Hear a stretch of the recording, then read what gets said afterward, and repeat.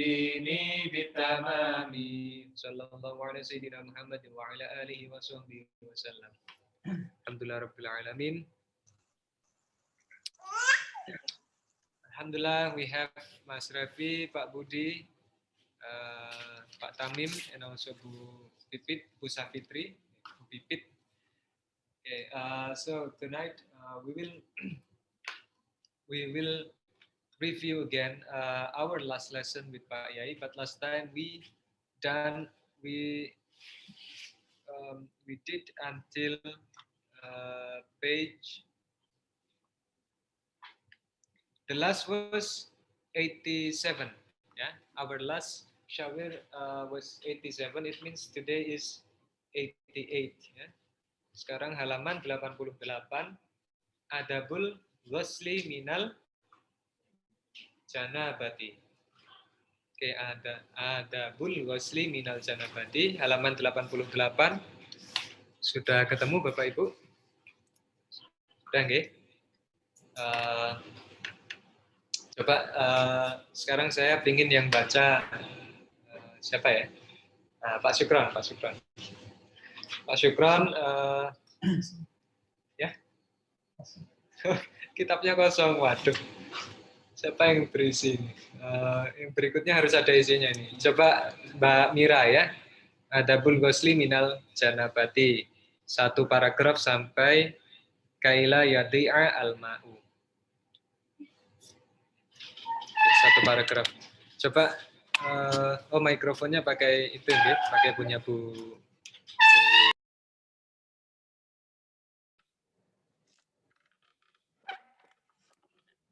Bismillahirrahmanirrahim. Adabul ghusli, yaitu adabnya mandi minal janabah, dari janabah. Dari junub. Faida aswabatka, apabila terjadi kepadamu faida aswabatka janabah. Faida asobatka janabatun, apabila terjadi padamu junub min ihtilami, dari mimpi, awiqoin, atau berhubungan, fakhudil ina'a, maka masuklah, maka ambillah. Al-ina'a itu wadah, dari bejana ya. Al-ina'a bejana ilal mughtasali,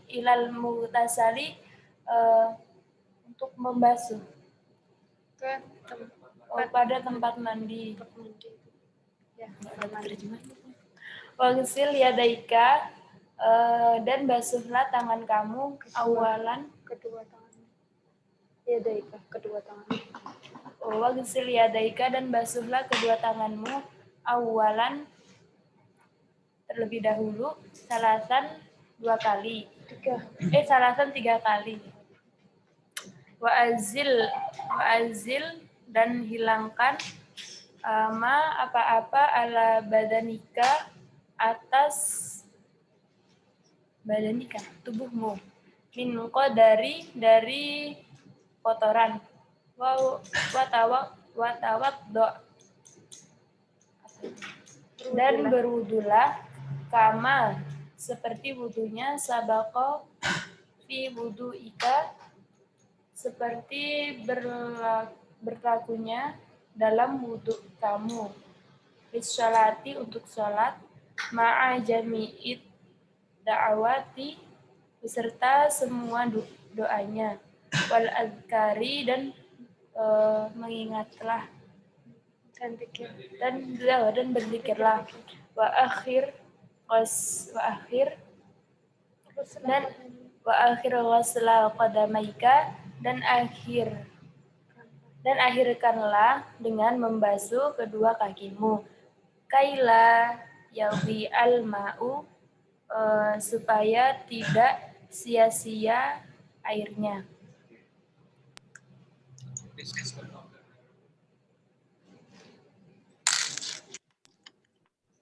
Ya, alhamdulillah, thank you very much Mbak Mira. Jadi kita ulas lagi ya Bapak Ibu. Ini adalah adab mandi junub. Ya, mandi junub itu mandi besar. Di sini dijelaskan bahwa mandi junub itu bisa halnya karena ada kalanya karena mimpi ya, atau mimpi basah. Ini biasanya materi yang kita sampaikan di awal-awal untuk santri secondary ya, karena mereka baik putra maupun putri, terutama kalau yang putri itu kan sudah sering sebelum, kebanyakan santri putri ketika dalam status sudah balik ya. Ya memang semuanya secara usia sudah balik, tapi untuk menstruasi itu ada yang sudah, ada yang belum. Kebanyakan sudah.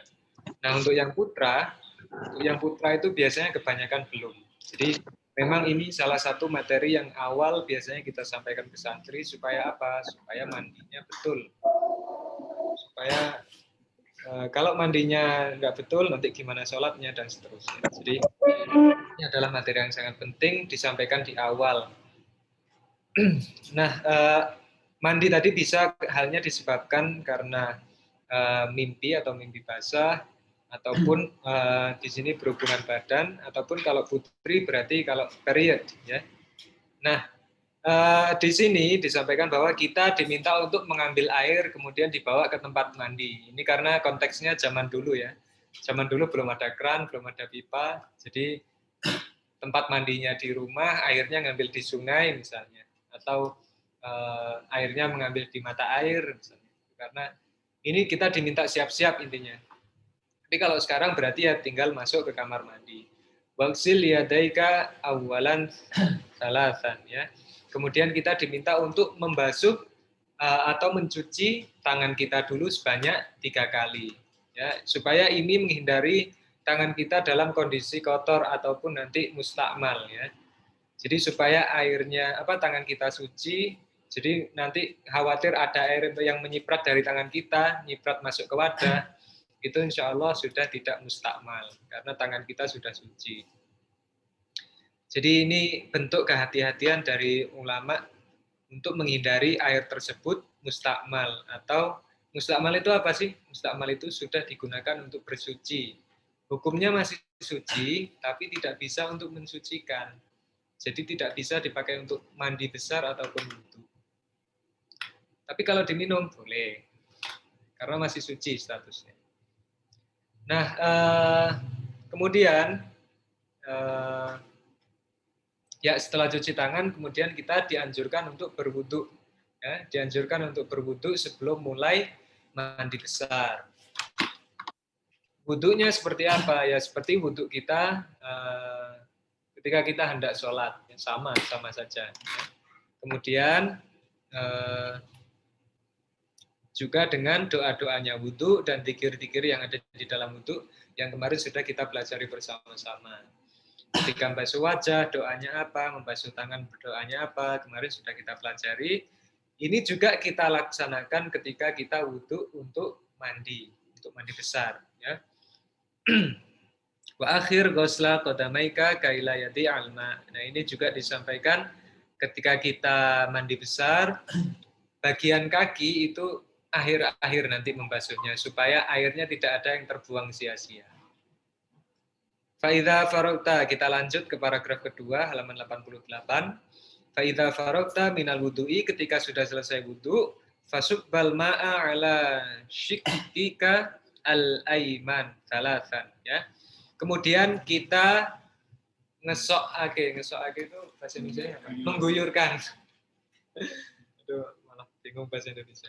Bahasa Jawanya ngesokke, mengguyur air ke bagian badan kita yang kanan terlebih dahulu sebanyak 3 kali. Jadi setelah cuci tangan, urutannya tadi setelah cuci tangan, kemudian kita wudu, kemudian kita membasuh bagian badan kita yang sebelah kanan dulu sebanyak 3 kali. Sebanyak 3 kali. Wa anta nawin raf'al janabati. Sembari kita membasuh basuhan yang pertama tadi, ya, sembari kita ini misal gayung ya. Apa ini Pak? Songkok ini. Ya misal ini gayung ya, kita ambil. Nah ketika membasuh basuhan yang pertama sambil kita niat ya, niat untuk menghilangkan janabat. Jadi kalau niatnya kalau kita ambil dari kitab Awalu atau Takrib itu nawaitul ghusla li raf'il hadatsil akbari fardhal lillahi ta'ala. Nanti juga biasanya kalau putri ada niatnya yang lain ya. Biasanya kalau lil haidi anil haidi anil janabati fardhal lillahi ta'ala. Jadi kalau kita mengucapkan anil janabati itu sudah mengcover haid, sudah mengcover yang lain-lainnya. Jadi itu sudah cukup. Tapi biasanya kalau yang perempuan itu kan ada khusus ya, anil haidi karena memang jinabatnya itu karena selesai haid. Jadi intinya dari basuhan yang pertama tadi, ketika air mulai mau diguyurkan, ketika guyuran pertama pure, nah itu kita sembari niat nawaitul husla diraf'il hadasil akbari atau lil jinabati fardholillahi ta'ala.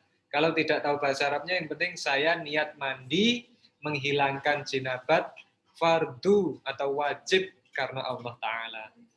Itu ya. Jadi basuhan pertama langsung di dalam hati kita itu niat nawaitul husla. Kenapa di dalam hati?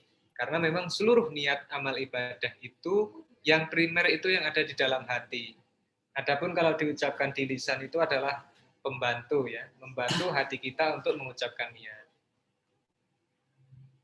Oke, habis ini kita praktek setelah selesai teorinya dulu ya.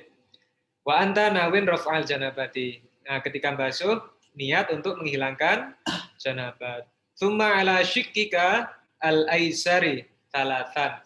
Setelah yang kanan 3 kali, kemudian yang kiri 3 kali. Wadluk ma aqbala min badanika wa ma adbar.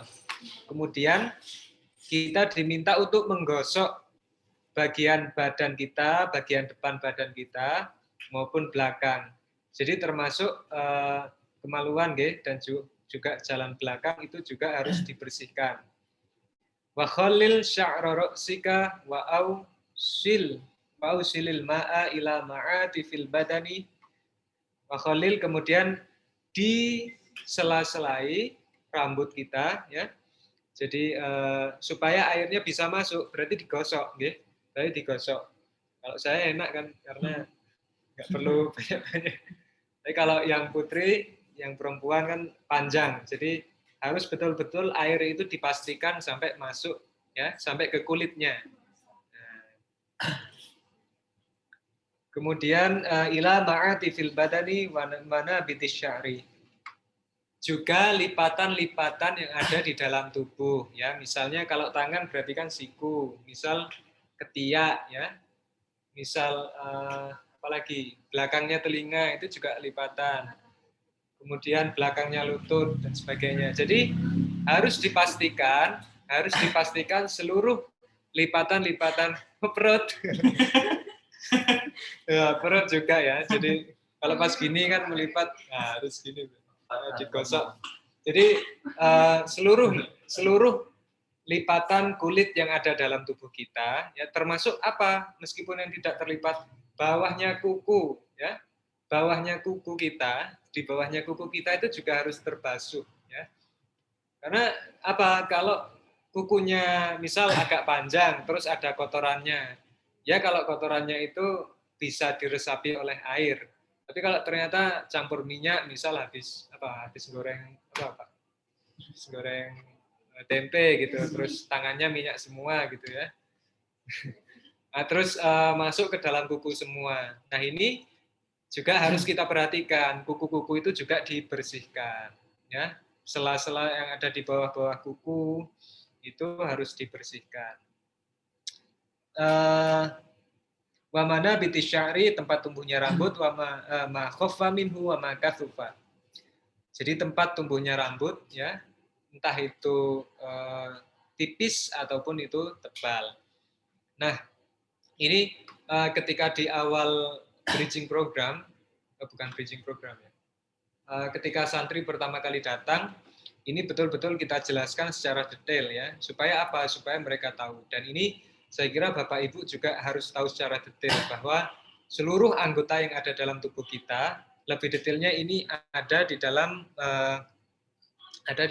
kitab Fathul Qorib, kemudian Bajuri, Fathul Mu'in dan sebagainya. Jadi semua lubang yang ada di dalam tubuh kita itu juga harus terbasuh, ya. Jadi jumlahnya itu ada 1, 2, 3, 4, 5, 6, 7, 8, ya. 1, 2 yang pertama adalah mata. Jadi mata itu juga harus terbasuh. Ya tidak harus diguyur, ya. Yang penting ada satu guyuran yang kita pas melek. Jadi karena mata dihitung lubang, meskipun bukan lubang yang terbuka, ya. Kemudian lubang hidung, ya. Lubang hidung itu batasannya apa? Yaitu yang terlihat dari luar. Kalau misal kita intip, ya. Jadi tapi supaya apa? Supaya kita menghati-hati, kan di dalam hidung itu banyak bulu ya. Jadi kalau cuman kita gini kan takutnya air tidak sampai. Jadi sedikit kita hisap seperti kita bersihkan wudhu atau kita bersihkan pakai jari, ya, supaya bagian dalamnya terbasuh. Atau sedikit dihisap airnya, tapi jangan terlalu kuat, langsung dibuang, ya. Nah kemudian lubang telinga, lubang telinga itu batasannya apa? Yang terlihat kalau kita intip dari samping. Yang terlihat kalau kita intip dari samping. Nah, kalau pas puasa gimana? Berarti secukupnya saja, jangan sampai masuk nanti malah puasanya yang batal. Ya, misal puasa siang-siang tahu-tahu ihtilam atau mimpi basah gitu ya. Jadi kan harus langsung mandi itu. Nah, jadi basuhannya itu jangan sampai masuk ke dalam, nanti malah yang batal puasanya. Mandinya oke, puasanya batal. Jadi dibasuh semaksimal mungkin, tapi jangan sampai masuk ke dalam. Oke, mata, hidung, telinga, kemudian mulut. Mulut otomatis kumur, ya. Kumur kemarin tata cara kumur sudah dijelaskan di bab wudhu sebelumnya. Dikumur-kumurkan dengan kuat ya, sampai ke tenggorokan. Kecuali bagi kita yang sedang berpuasa. Takutnya apa? Takutnya terlalu kuat akhirnya masuk airnya. Di Kindi itu banyak dulu kalau kita ajak santri untuk sikat gigi gitu, kumur hilang, nggak keluar, ditelan airnya, itu ada. Mas Hikam ngoten mboten nggih Bu? Kemana ini Bu Eva? Mas Hikam gitu enggak ya Bu ya? Iya dulu. Oh iya gitu. Kumur suruh buang airnya hilang. Gitu kan. Oke, nah kemudian setelah mulut berarti lubang kemaluan dan belakang. Nah ini mohon maaf saya sampaikan secara jelas ya supaya ketika kita menjelaskan kepada santri-santri baik di sini di Ma'had ataupun Bapak Ibu di rumah kepada putra-putrinya supaya jelas. Jadi lubang belakang atau dubur ya, tengkorak yang belakang itu jadi posisi kita harus jongkok ya. Posisi kita harus jongkok, kemudian agak ditekan. Agak ditekan itu kalau bahasa Jawanya agak ngeden. Oh ngeden ya? Apa bahasa Indonesianya? Mengejang. Mengejang ya. Jadi agak mengejam supaya apa? Jadi supaya bagian belakang lubang dubur itu agak sedikit keluar, kemudian bisa kita basuh. Karena itu masih anggota yang wajib kita basuh, ya. Jadi memang bagian ini memang kita menjelaskannya harus jelas. Karena kalau kita tidak perjelas, nanti malah anak-anak tidak tahu, malah tidak dibasuh. Makanya harus kita jelaskan dengan jelas. Jadi memang harus posisinya jongkok, sedikit mengejang, supaya duburnya itu sedikit keluar, nah itulah yang kita basuh. Gitu. Kemudian kalau untuk laki-laki, yang bagian depan juga area kemaluan itu, itu semuanya juga harus dibasuh. Nah, kalaupun untuk perempuan, dalam posisi jongkok itu, ini karena saya dulu belajarnya gitu ya. Jadi ketika posisi jongkok itu, bagian yang terlihat itulah yang wajib dibasuh. Jadi memang bagian ini harus kita jelaskan betul-betul jelas ketika terutama kalau yang punya anak remaja. Nah, kalau ini dilihat seolah-olah punya anak remaja padahal masih bujang-bujang. Ya, tapi ini memang harus kita sampaikan dengan jelas supaya mereka ini supaya mereka juga jelas dan ketika melaksanakan itu betul caranya. Oke, kita lanjut. Wahdar, halaman 89. Wahdar antamassa dzakaroka ba'dal wudu'i. Ya. Jadi setelah kita membasuh, menggosok-gosok seluruh badan kita, karena kita sudah dalam posisi wudhu, ya berarti hindari untuk menyentuh kemaluan supaya wudhunya tidak batal. Ya kalaupun ketika menggosok nanti menyentuh, berarti setelah mandi langsung wudhu lagi. Fain asobathul yadu fa'idil wudhu'a. Nah, ketika tangan kita menyentuh kemaluan ataupun bagian belakang, jalan belakang, entah itu sengaja ataupun tidak, ya berarti wudhunya tetap batal. Berarti kita harus mengulang wudhu. Fal faridatu min jumlati dzalika. Fal faridatu fardu atau kewajiban min jumlati dzalika dari dari mandi tadi itu. Jadi yang wajib dari mandi itu ada berapa? Yang pertama adalah niat, ya. Jadi yang wajib itu adalah yang pertama niat, yang kedua adalah wasti'abul badani bil ghusli, meratakan basuhan kita kepada seluruh anggota badan. Jadi rukunnya mandi itu ada berapa? Ada dua. Ada dua. Yang pertama adalah niat, yang kedua adalah meratakan seluruh air ke seluruh badan kita atau membasuh seluruh bagian badan kita termasuk lubang tadi yang sudah saya sebutkan.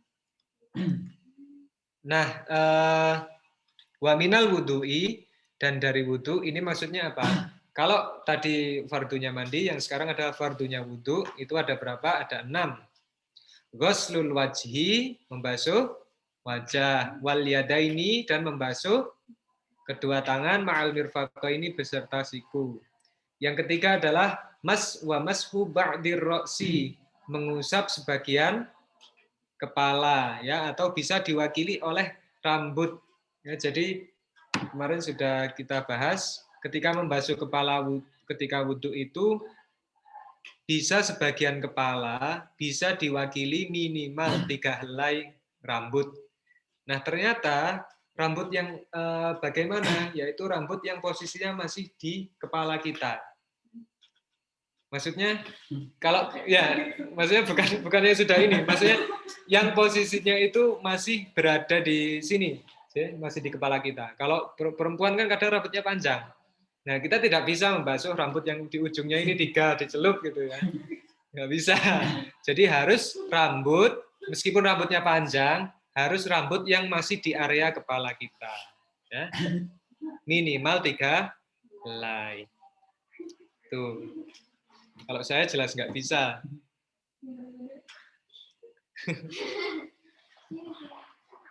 Bismillahirrahmanirrahim, tadi sampai mana? Oh ya, wajibnya wudhu tadi membasuh wajah, membasuh tangan sampai siku ya, membasuh sebagian kepala, wa ghuslur rijlaini, dan membasuh kedua kaki, ma'al ka'baini beserta mata kaki. Kemudian ma'an niyati, ya, niat. Niat itu juga termasuk rukun dari wudhu. Kemudian yang terakhir adalah wat tartibu, dan berurutan. Jadi di sini ada penjelasan marrotan. Berarti apa? Basuhan wudhu yang wajib itu jumlahnya hanya 1 kali. Ya, kalau kita lakukan 3 kali itu adalah sunnah. Kalau 4 kali makruh. Ya, kemarin sudah masuk dalam bab hal yang makruh ketika kita wudhu. Jadi rukunnya wudhu ada 6. Ya. Bagaimana yang mengusap telinga? Mengusap telinga itu adalah sunnah. Jadi gitu. Wa ma'adahu sunanun muakkadatun fatluha katsirun. Adapun selain dari 6 basuhan tadi, 6 fardu wudhu tadi yang sudah tersebut, baik itu 4 basuhan, termasuk niat, termasuk tertib, itu adalah sunnah muakkad ya.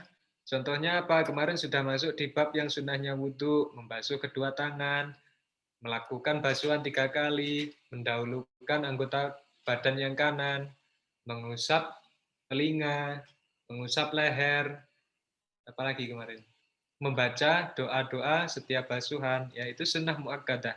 Fatluha katsirun wa thawabuha jazilun. Keutamaannya banyak, ganjaran apa? Bahasa Indonesia ini? Oh ya, pahalanya juga besar atau agung atau banyak. Wal mutahawinu biha khosirun. Nah, sedangkan orang yang menggampangkan atau meninggalkan sunnah-sunnahnya wudhu tadi itu termasuk khosirun, orang yang rugi. Ada khosir, ada muflis. Tadi pagi kita belajar kosakata bahasa Arab di Bu Marwah. Muflis artinya bokek. Gak punya uang, bangkrut. Oke. Bal huwa bi asli faraidihi mukhatirun. Apa ini? Bal huwanya kembalinya kemana ini ya?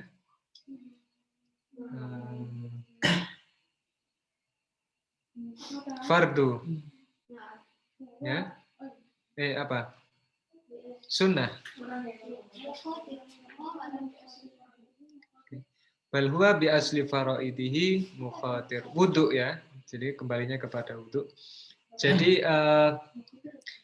mukhatir itu penting atau krusial. Ya, jadi yang penting dari wudu itu, ini kan masih berbicara tentang fardu tadi itu.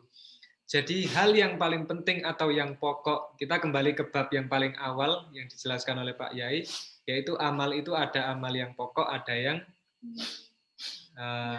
ada yang nawafil, ada yang sunnah. Jadi modal itu ada yang modal pokok, ada yang laba. Nah, yang pokok dari wudhu itu berarti yang ada 6 tadi, ya, yang tidak boleh ditinggalkan. Fa inna nawafila jawabirul faraidi, karena sesungguhnya yang sunnah-sunnah itu hanyalah menambal ya, hanyalah menambal yang wajib-wajib tadi.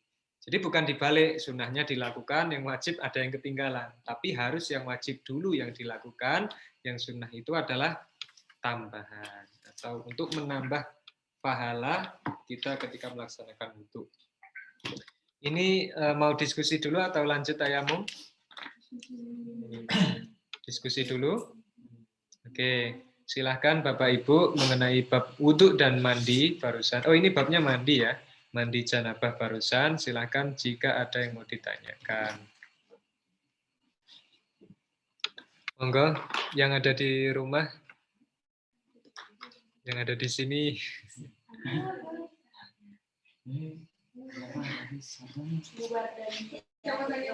Ya, Bu Wardah, ini ada pertanyaan.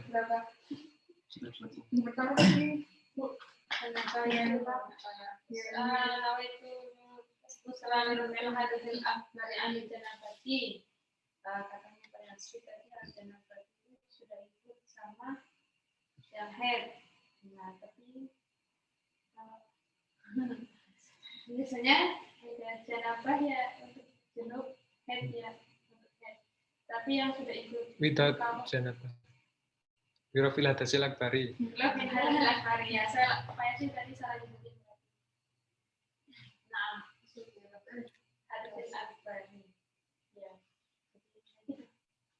Oke.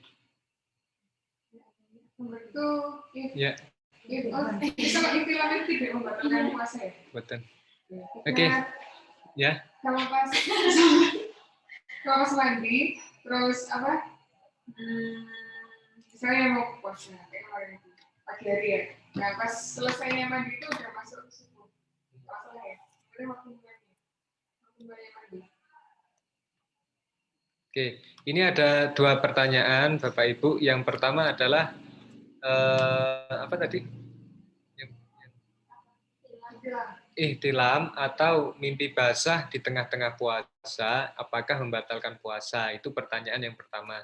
Nah, pertanyaan yang kedua adalah ketika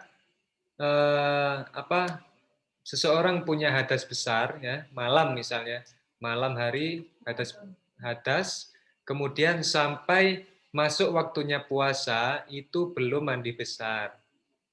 Nah, kemudian mandinya misal setelah adzan subuh gitu ya, setelah adzan subuh baru bangun, kemudian baru mandi, apakah puasanya sah? Gitu ya pertanyaannya. Atau sebelum adzan subuh, berarti selesainya itu atau sebelum adzan subuh itu sudah mulai mandi, tapi selesai mandinya itu adzan subuhnya sudah selesai. Intinya mulai mandinya itu sebelum masuk waktu imsak, mandinya selesai setelah masuk waktu imsak. Ya, apakah itu puasanya sah? Nah ini kayaknya babnya Pak Alvin, Pak Sukron, Bu Marwah, Bu Uli. Ini yang di rumah juga silahkan. Jadi ada dua pertanyaan itu, nggih. Mimpi basah di tengah berpuasa, apakah puasanya sah? Kemudian punya hadas besar, ya, sampai datangnya waktu imsak itu masih belum mandi, atau sampai setelah adzan subuh masih belum mandi, apakah puasanya sah? Itu dua pertanyaan tuh. Monggo silahkan. Kalau saya baca yang di online tetap sah semuanya itu dua-duanya. Sahur keadaan junub itu nggak apa-apa, tapi lebih baik begitu. Oke, barusan ada jawaban dari Pak Alvin. Dua-duanya puasanya tidak batal, alias sah. Yang lain silakan Bapak Ibu yang pernah mungkin pernah punya jawaban ini.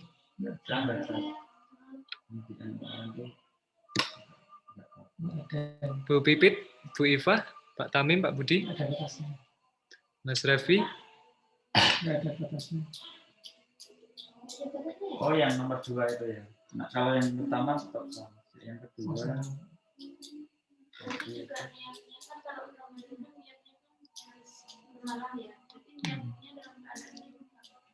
nggak apa-apa, dalam sini itu nggak apa-apa. Oke, gimana ini? Kita fokus di dua pertanyaan dulu. Kita fokus di dua pertanyaan barusan ya. Ada lagi Bapak Ibu? Semuanya setuju dengan jawabannya Pak Alvin?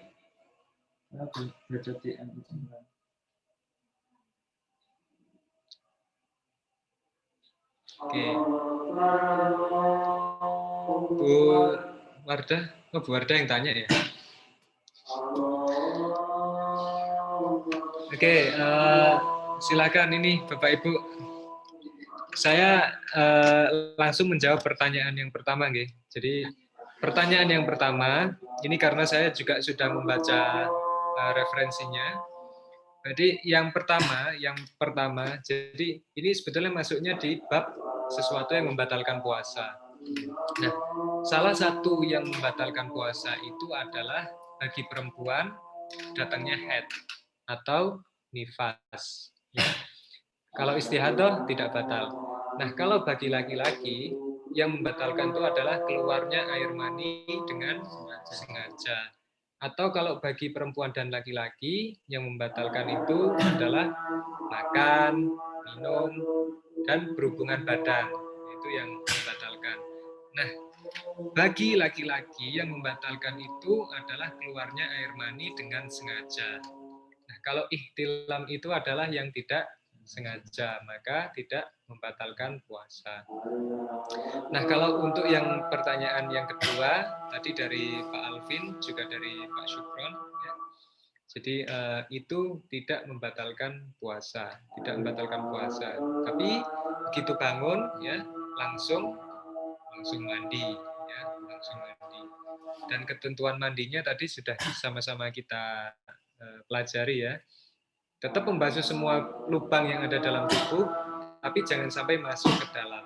Jangan sampai masuk ke dalam karena nanti bisa membatalkan puasanya. Jadi Gitu. Eh, Dan niat puasanya harus malam ya. Ya misalkan yang sudah atau mungkin Oke, ada pertanyaan lagi. Jadi kemudian niat puasanya kapan? Niat puasanya kapan? Ya tetap syaratnya sah niat sebelum waktunya masuk bisa. Monggo silakan Bapak Ibu. Berarti terus niat puasanya kapan gitu kan? Tetap batasnya dulu.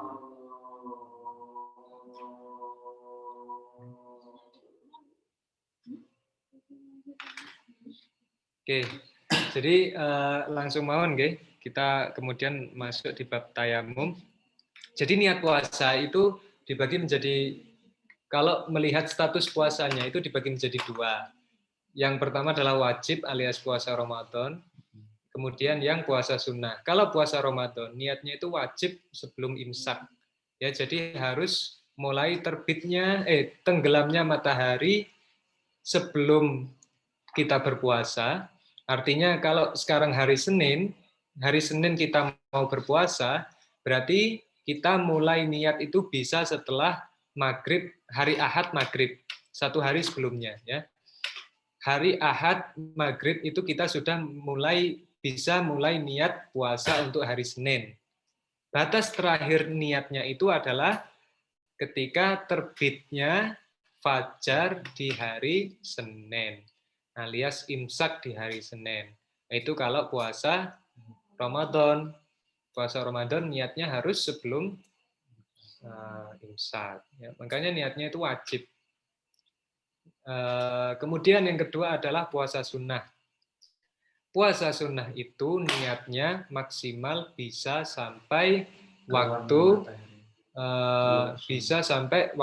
duha, ya, bisa sampai waktu duha selesai. Dengan syarat dari terbitnya fajar sampai waktu duha itu kita belum makan atau minum apapun, ya. Jadi kita pagi itu masih bisa niat, misal hari ini hari Senin mau puasa Senin kita. Nah, malamnya kita lupa untuk niat. Malamnya kita lupa untuk berniat.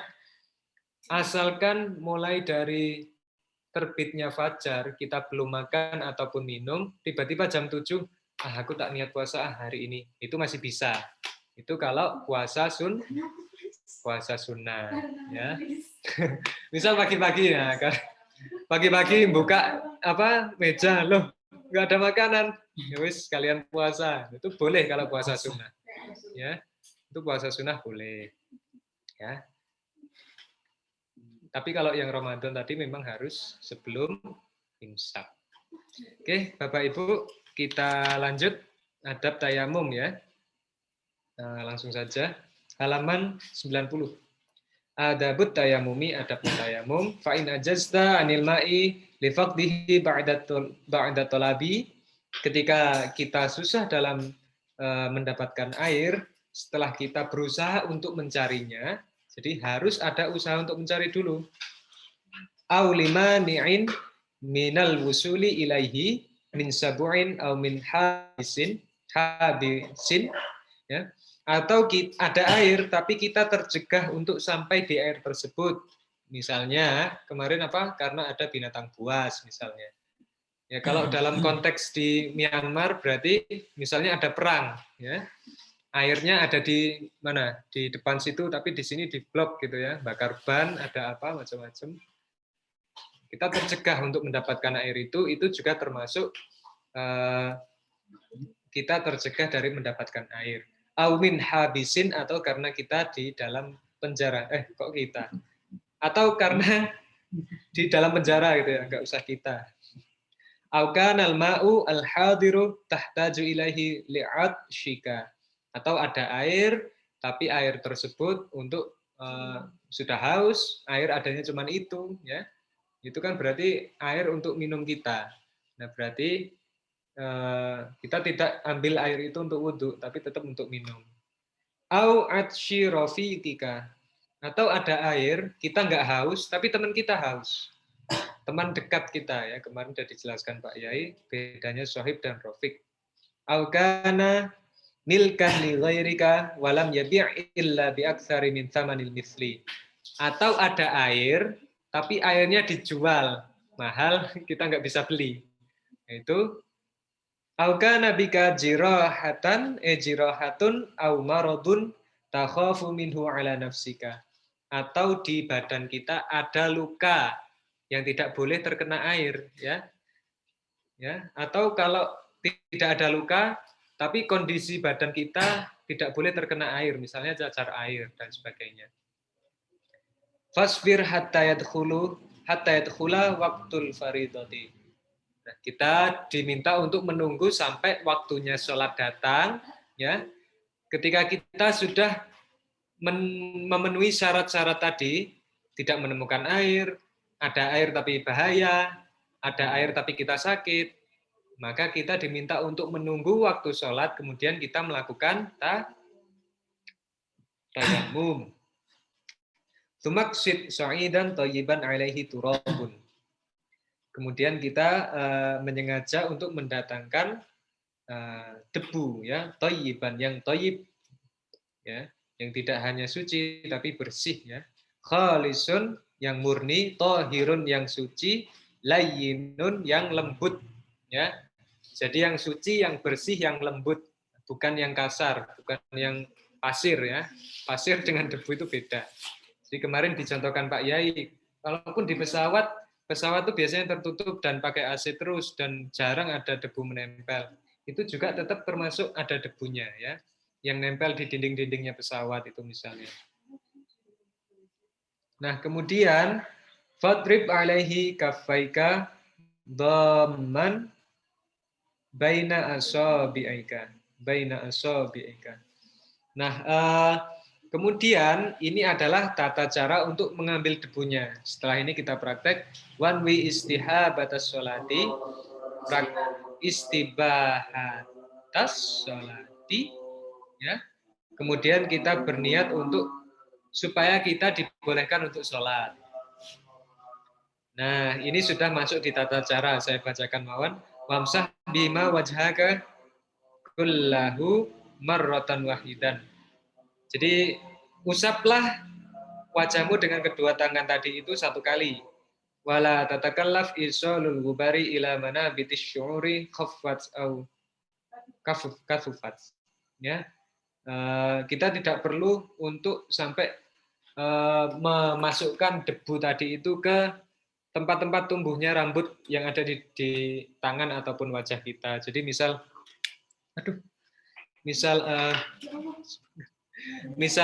yang ada di wajah kita, ya, misalnya yang ada di rambut, ya, kita tidak perlu debu itu sampai kita gosok-gosokkan supaya masuk ke rambut, supaya masuk ke alis, tidak perlu, ya. Yang penting semuanya sudah diusap. Summa anzi' khotamaka.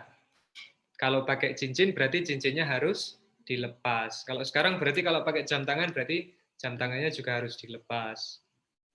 Wadrib darbatan tsaniyatan mufarrijan baina asabi'ika wamsah bihima yadaika ma'a mirfaqaika. Kemudian kita mengambil debu lagi, kemudian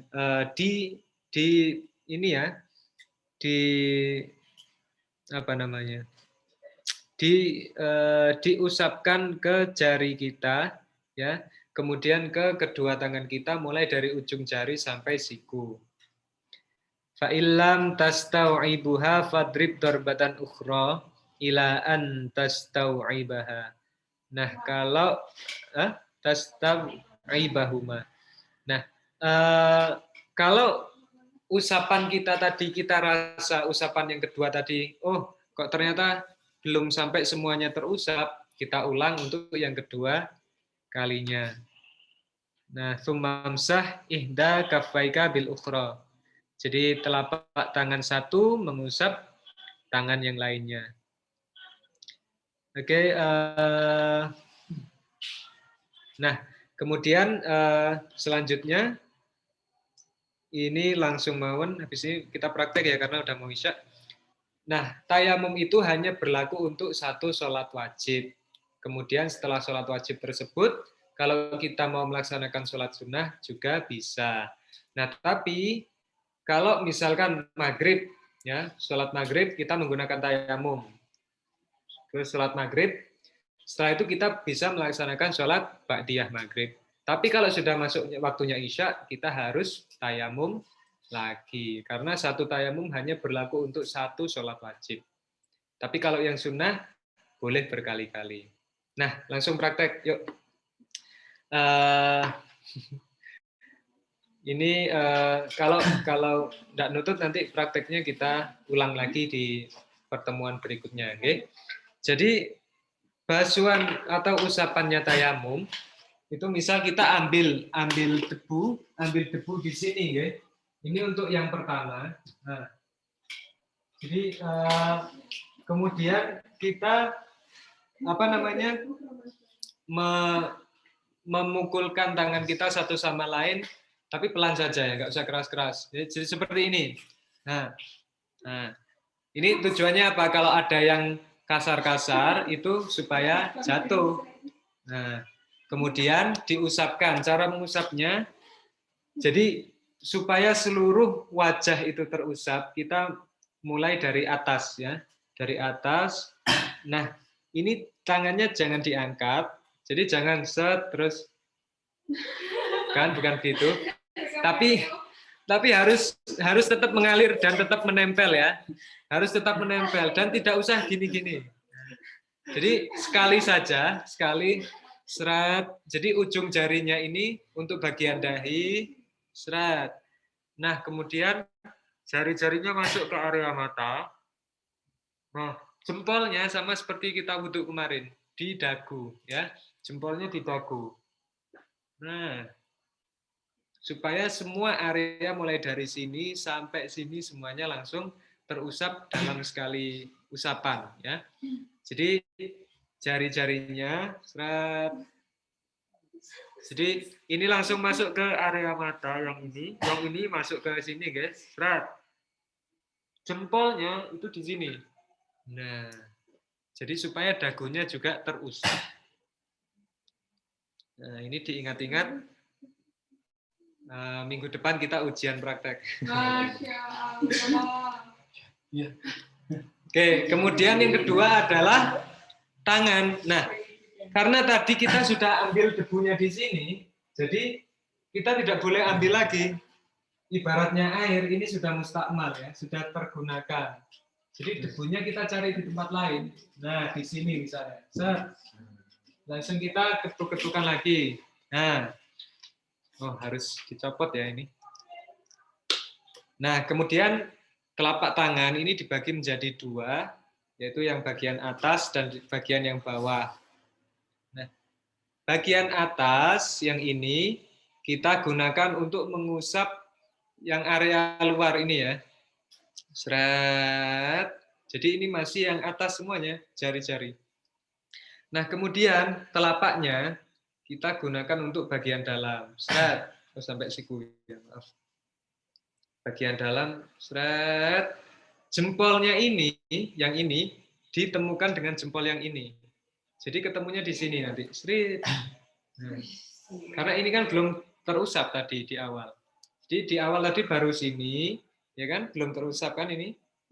Nah, seret sampai siku. Kemudian bagian dalam telapak kita yang ini, yang dalam ini, ya. Setelah sampai sini langsung digunakan untuk mengusap yang dalam. Set, jempolnya ketemu jempol. Nah, biar nggak kangen. Ya. Oke. Begitu juga yang kiri. Yang kiri juga sama. Yang kiri juga sama. Berarti kita bagi dua tangan kanan kita. Ya. Yang atas ketemu bagian sini, yang bawah ketemu bagian dalam. Seret. Nah, gitu. Kalau ternyata usapan tadi, tadi ternyata ada yang kelewat, ternyata belum sampai siku. Nah, kita ambil lagi debu. Kita usap lagi. Perlu diingat bahwa debunya, tempat kita mengambil debu harus berpindah ya. Karena yang ini sudah terpakai. Ini sudah terpakai berarti pakai yang lain. Usap laginya harus dari awal sini apa ini? Sampai dari awal? Ya, dari awal. Saya ini udah yakin, ini kurang yakin. Tetap Berarti dua-duanya. keduanya jawab. Iya. Oh. Kita Mama. Oke, alhamdulillah rabbil alamin. Ya. Oh ya, ya. Pertanyaan yang pertama, itu kan tadi kalau space-nya sudah digunakan untuk ambil buku kan bisa nol ya. Ya. Nah, kapan space itu Bisa tidak digunakan. bisa ya, kapan bisa dipakai lagi? Aduh, kapan ya? Itu. Terus yang kedua, kalau jamak sholat boleh nggak? Sayang. Oke, jadi ada dua pertanyaan. Ini untuk PR ya Bapak Ibu. Nah, berarti PR kita semua dan PR saya. Pertanyaan yang pertama, setelah kita ambil debu dari tempat satu ini, misalnya nomor 1, ini nomor 2 ya. Nah, nomor 1 ini debunya kita sudah ambil. Nah, kemudian kapan nomor 1 ini, tempat ini, debunya bisa kembali kita ambil lagi. Gitu kan? Itu berapa lama? Apakah harus nunggu ada debunya lagi atau bagaimana? Itu pertanyaan pertama. Ini Bapak Ibu yang di rumah juga punya PR nggih berarti. Pertanyaan kedua adalah apa tadi kok saya lupa. Apakah tayamum itu bisa digunakan untuk sholat jamak? Nah, itu pertanyaan yang kedua. Gitu ya, Bu ya? Oke. Yang pertama, kapan debunya itu bisa dipakai lagi? Yang kedua, apakah tayamum bisa digunakan untuk sholat jamak? Nah, itu kita jadikan PR untuk kita bahas di pekan depan. Ini notulennya siapa ini? Oke, ya. Oke, alhamdulillah, thank you very much, Bapak Ibu. Kita sama-sama tutup ngaji pada malam hari ini, dengan membaca hamdalah. Alhamdulillahirabbil alamin. Oh, wait. Ada pertanyaan dari Mas Revi.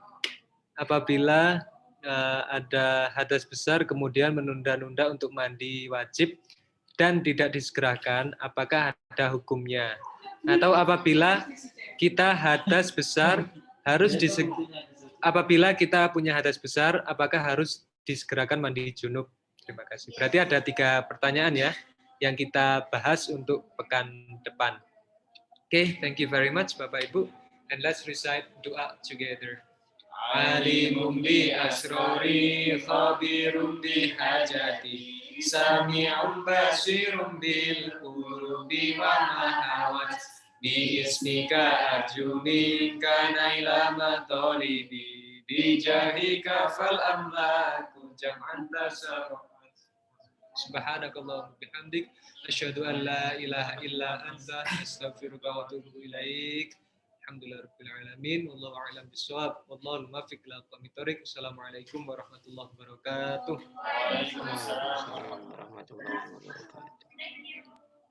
Oke, matur nuwun Bapak Ibu.